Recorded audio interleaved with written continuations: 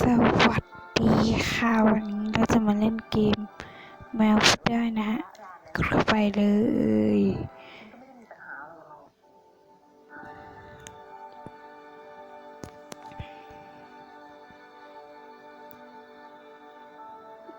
นี้ก็มาแล้วก็จะ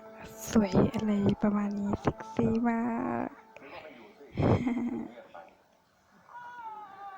นี่มันมีเสียงรบกวนนิดนึงนะคะ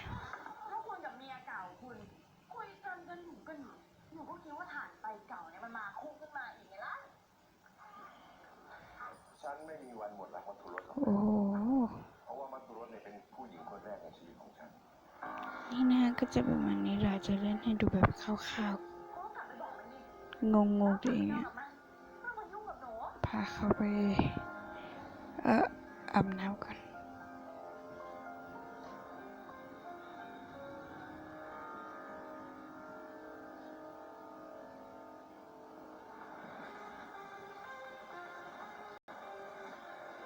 นี่เซ็กซี่ดูคดีนะเอ้ยอันโน้ไม่ต้องตกใจหรอกผมเอง ป้าเขาไปแปรงฟันผมไม่ทำอะไรหรอกเพราะเด็กนั่นน่ะมันก็ลูกผมมาผมขอ โอเคเราไปแต่งหน้าให้เขาก่อน ให้ผมอุ้มหน่อยนะลูกของผมนะอย่าเอามาสกปรกของคุณมาโดนลูกฉันนะได้รักลูกแม่ใช่ไหมเอาไปทั้งหมดเนี่ยนะเอาเด็กออกมาเอามา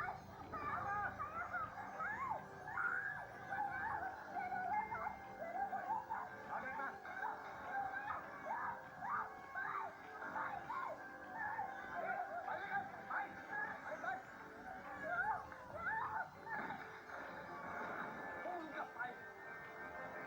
งูตาหนีไม่อยู่ที่นี่มึงยังตามมาล้างกูอีกเอาลงกับลูกขึ้นมาลูกมึงที่ไหน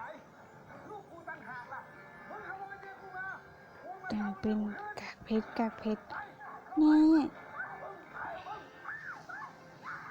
นี่ได้แล้วค่ะทุกคนโอ้โหเกลียดโฆษณาเท่เด้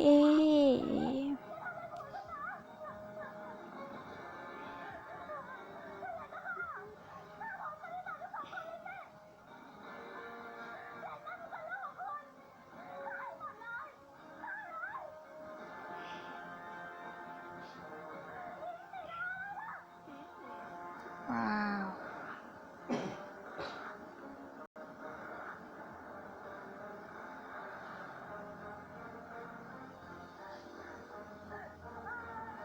แล้วไปดูวิดีโอนะ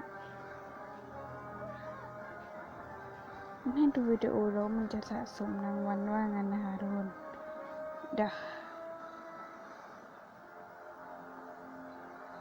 1 บาทเลยนี่หยุดได้เพชรกี่เพชรขอให้ได้เพชรเอาได้ตังค์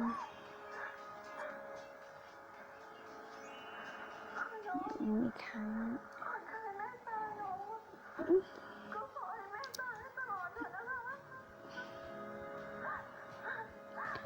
7 6 5 4 3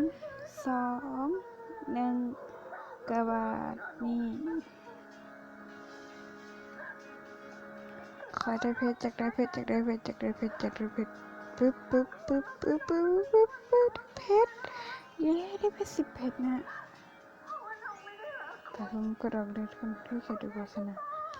โอเคเดี๋ยวพาแมวไปนอนกันนะ